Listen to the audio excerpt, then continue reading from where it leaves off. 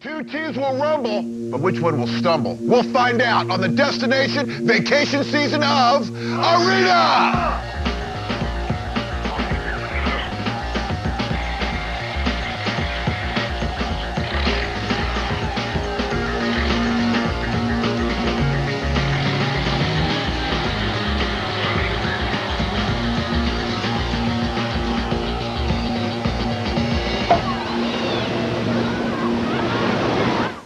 Welcome to Arena, the show that turns multiplayer games into competitive sports. I'm Lee Rehrman, and today we continue down the long and arduous road to this year's Tournament of Champions, where our teams will compete for that all-expenses-paid week of fun in the sun. Now, last time on the show, Team Rednecks moved within one victory of earning a spot in our Hall of Champions with a dominating win. So today, they face one last challenge. That challenge? Team Robot Mafia. Now they'll play Top Spin Tennis, SOCOM II U.S. Navy SEALs, and Unreal Tournament 2004. Now for UT 2004, we'll have a special guest commentator who knows the game better than anyone. You'll meet him in a moment. You'll also meet Robot Mafia in a moment, but right this moment, let's go to Kevin, who's in the moment, and he's also in the console pit. Kevin. All right, thank you very much, Lee. Now today, our teams will serve it up in Top Spin on the Xbox, which is the game to play for those times when you just can't get to the country club. Now we'll be playing two doubles matches, one set each to 3 games. Now in the case of a tie, each team will pick one player for a 2-game singles match. So ladies and gentlemen, grab your balls and your racket. Let's hit the court in Top Spin. 1. And Kevin, Top Spin, our console game is underway for the Rednecks. First up, I'm freaking bad, Inanano, for the Robot Mafia. TK1108 versus Bill. Double fault. Someone let him know he can press A to serve. This is pitiful. That was an underhanded, that looked like me playing tennis. Oh, with someone on the set, put this guy, oh, this is so bad. Team Rednecks running away with this. It's all Rednecks, Kevin.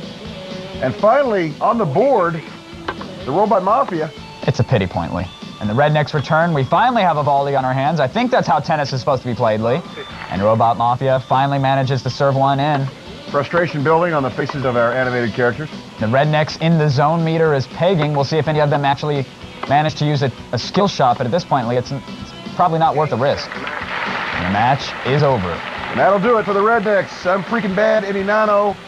Just lay the beating on TK1108 and Bill.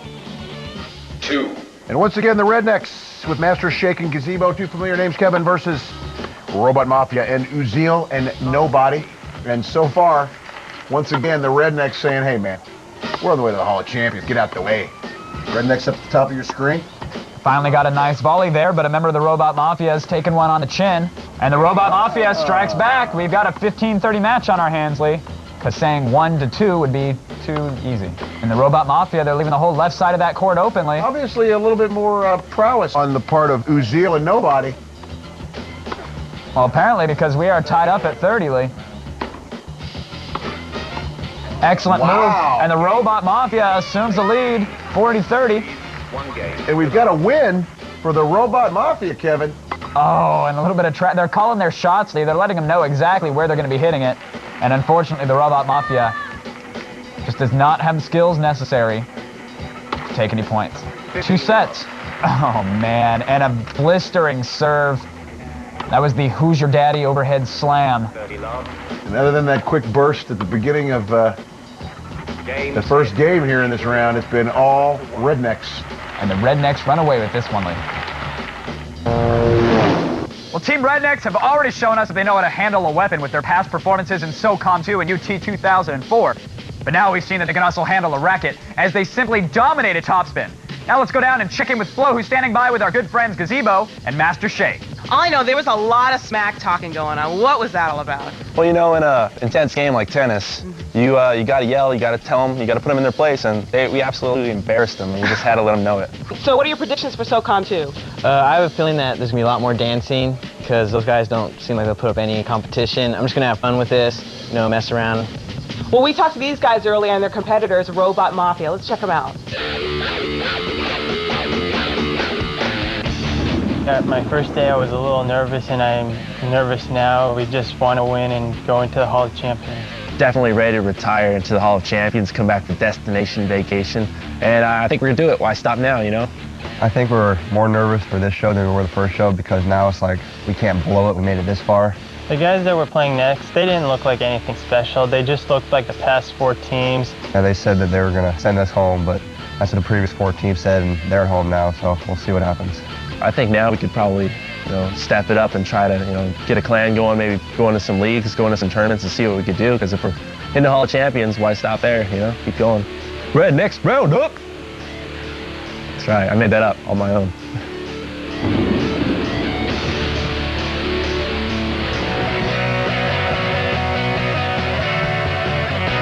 We're the Robot Mafia. Most of us are all from the Art Institute of California, San Diego. Well, we haven't been playing together very long. Really, we got the team together and we just played a couple rounds together. We came on the show really just to play, have fun, Yeah. new experiences, really. Top spin I feel pretty strong at because I like tennis games. And SOCOM II, I don't know about that, but we'll see. We got a pretty good SOCOM strategy going. We haven't really tried it out in practice, but in theory it sounds pretty strong. Focusing on frag grenades and teamwork and corpses if there's time left.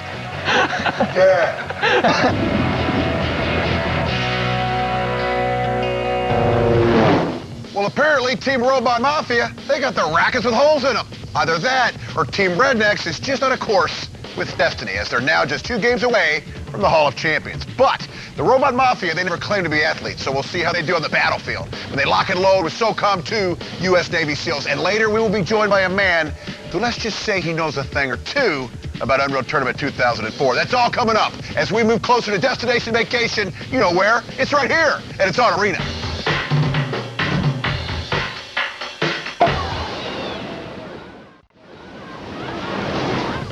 Welcome back to Arena, everyone. Now, before the break, Team Redneck served up a beating in topspin, and they don't even play tennis. So things could get really ugly if the Robot Mafia doesn't turn things around in a hurry. The only way to find out is to deploy our teams into the war-torn world of SOCOM II U.S. Navy SEALs, and it's presented by the U.S. Navy.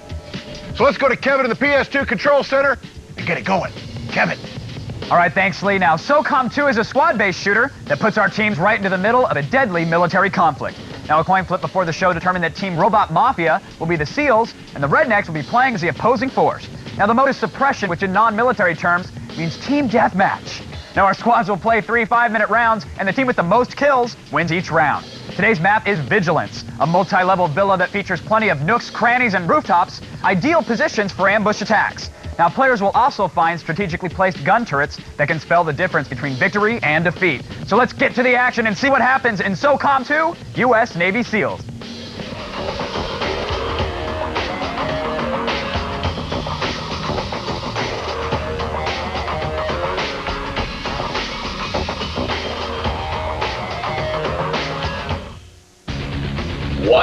And round 1 is underway. The Robot Mafia, this is their chance, Kevin. And as the Rednecks, the opposition, let's see if they performed with their usual brilliance. And hey, this is something new. Lee Gazebo is the first to go down. Nobody from Team Robot Mafia takes him down right off the bat. But surprising aggression here right out of the gate. There's one over there.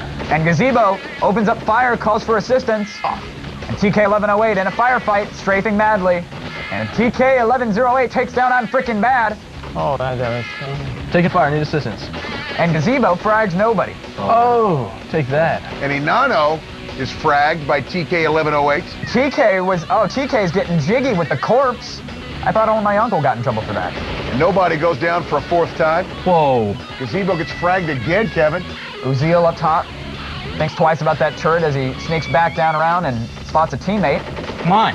Take that back. Uziel comes back down and spots an enemy. It looked like he was unsure at first. Lee didn't open fire, and that cost him as Inano spun around quickly and dropped him, and then followed suit by taking down Ghost with that M6 3A. I'm gonna shot that guy like a million times. Done. 2. And round 2 underway, Kevin. The Rednecks having taken that last round, but it was much closer than we thought going in. And nobody gets in close and takes down Master Shake with that shotgun. I'm freaking bad. Frags, TK1108. But did you notice the team kill there, Lee? Someone's planting mines for Team Rednecks. Damn it. All right, look, my bad with the mines. Yeah, Okay. don't do that. Look, hey, they're big blue things on the ground. And you think you'd... Well, we've never used them before. We don't know they're there. Yeah. And there's yet another mine on that bridge there. Let's see, and Ghost steps right into it. Yes! Haha, they pay off in the long run. I'm freaking bad, takes out Uziel. What? You are pretty dang bad. I know. And apparently here in round 2, Kevin, the rednecks we know and love are showing up as Uziel goes down. That was I'm freaking bad, who's running away from some opposition. I'm assuming he's trying to reload. And Gazebo comes in and saves the day and takes out TK1108. Bam. Oh, I see him. And Master Shake gets taken down by Ghost. Where'd he go? Where'd he go? Gazebo now in double digits, kill to death. He finally goes down once, but so far, Kevin, he's 10-1, kill to death. Spectacular for Gazebo. And I'm freaking bad walks right up behind TK1108-9B2 Alpha 0 and drops him. I can't hit this guy. He's standing like right in front of me. I'm freaking bad finally goes down, but not after inflicting some serious damage. He also has an 8-1 kill to death ratio. Big time win for the Rednecks and SOCOM II U.S. Navy SEALs round 2. All Rednecks. Wow. This is easy. This is easy. 3. And round 3 is underway, but Robot Mafia definitely under the gun as the Rednecks can smell, taste, and are beginning to digest that etched name in the Hall of Champions. How was that for an intro? That was good. I like that. And Inano gets into a firefight. These look better. Yeah, that sucked. Gazebo is a one-man wrecking machine, 4 kills, 0 deaths. Jeez. And nobody just gets run over by Inano. Whoa. TK1108 goes down for a third time. Behind you. And Gazebo with the team kill there as he takes down Inano. I guess, teamwork. Hey, Not when you're But at this point, I really don't think anybody really cares, Lee. Although the Robot Mafia picking up some points here. Finally, they end the misery. I'm freaking bad takes down Ghost. Son of a... The clock is ticking down. Both teams frantically searching for that last kill before the bell rings, and I'm freaking bad scores it. And with a score of 34-26, the Rednecks eke out the third and final round to sweep SOCOM II U.S. Navy SEALs. Well, things were a little tense in that first round as Team Rednecks, they appeared to feel threatened by the Robot Mafia, but in true Rednecks fashion, Gazebo took matters into his own hands and made the Robot Mafia sleep with the fishes, see? Now, it's worth noting that Team Rednecks, they end their SOCOM II run on the show with a record of 12, 2, and 1. Excellent job, boys. Now let's check in with Flo, who's standing by with Inano from Team Rednecks. You guys kind of almost made a mistake, though, with the mines, and you were blowing yourselves up. What's up with that? Well, at the beginning, Gazebo chose the mines for one of his weapons, and he went around planting the mines without telling us where he was planting them. If you win today, you're going to be retired to the Hall of Champions. You excited? I'm really excited about being immortalized in the G4 history and about coming back and playing for the Destination Vacation. So I'm really excited about heading into Unreal Tournament because that's our strongest game. So oh boy, just can't wait. Well, we'll have to see if they're going to make it or not. Lee. So am I hearing strategy? Don't blow yourself or your friends up?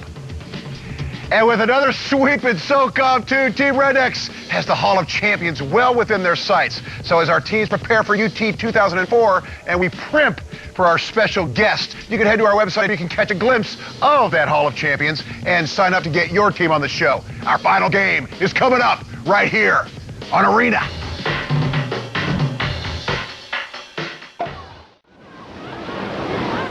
Welcome back, everyone, to Arena. Now, before the break, Team Rednecks batted the Robot Mafia around like a bunny.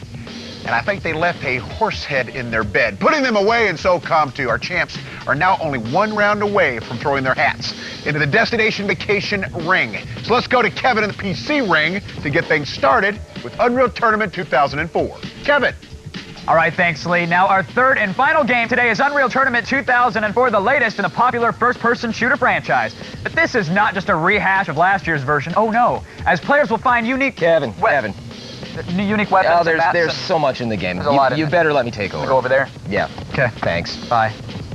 Hey, I'm Cliff Blazinski, lead designer for Epic Games. Unreal Tournament 2004 features over 100 levels, tons of new game modes, and tons of new characters. The level we're going to be playing today is called Junkyard. The attacking team is attempting to escape this junkyard by first grabbing a power core, bringing it back to a burnt-out vehicle, and then driving the vehicle out of the junkyard. The defending team is going to attempt to stop them. It gets quite crazy.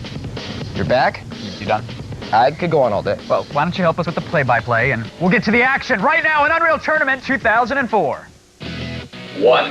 And round 1 is underway. Unreal Tournament 2004. We have the Rednecks on their way to the Hall of Champions. Kevin, we have Robot Mafia on the way to the crapper. And we got Cliffy B in the house. Yeah, more importantly, Cliff, how's it going? I'm chilling like a villain. Sounds good. Who do we have attackingly? We have the Rednecks on the attack. Get the bridge, Bill.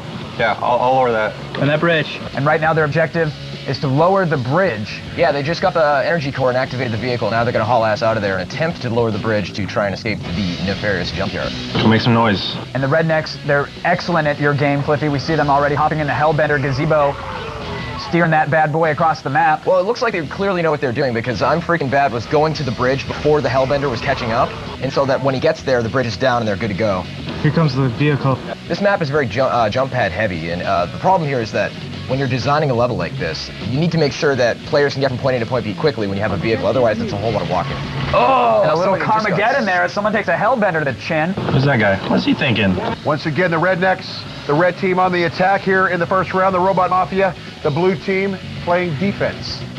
Oh, it looks like they're going for the magnet. The magnet's actually a nice shortcut. It'll suck up the vehicle and take them across the junkyard. Open this checkpoint things, guys. And their objective now, Cliff, is to open the checkpoint gate. It's a series of blockades that they're trying to prevent the vehicle from getting out of there. Get that guy. TK1108 with that link gun on the Hellbender, not the strongest weapon to use, but it is close to blowing. Smoking.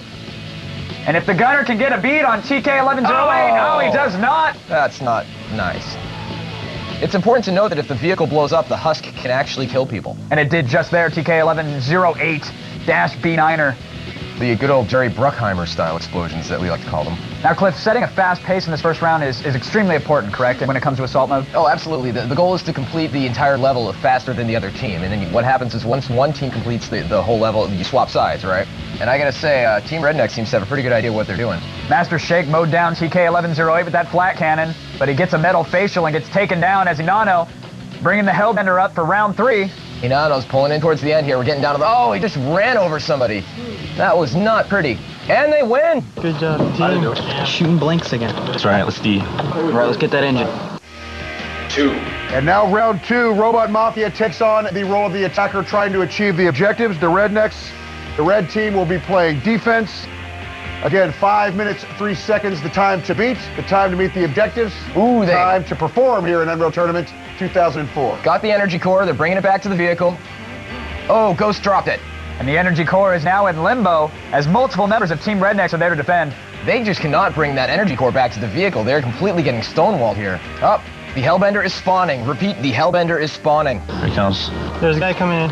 Uziel trying to outrun that flak fire in the Hellbender.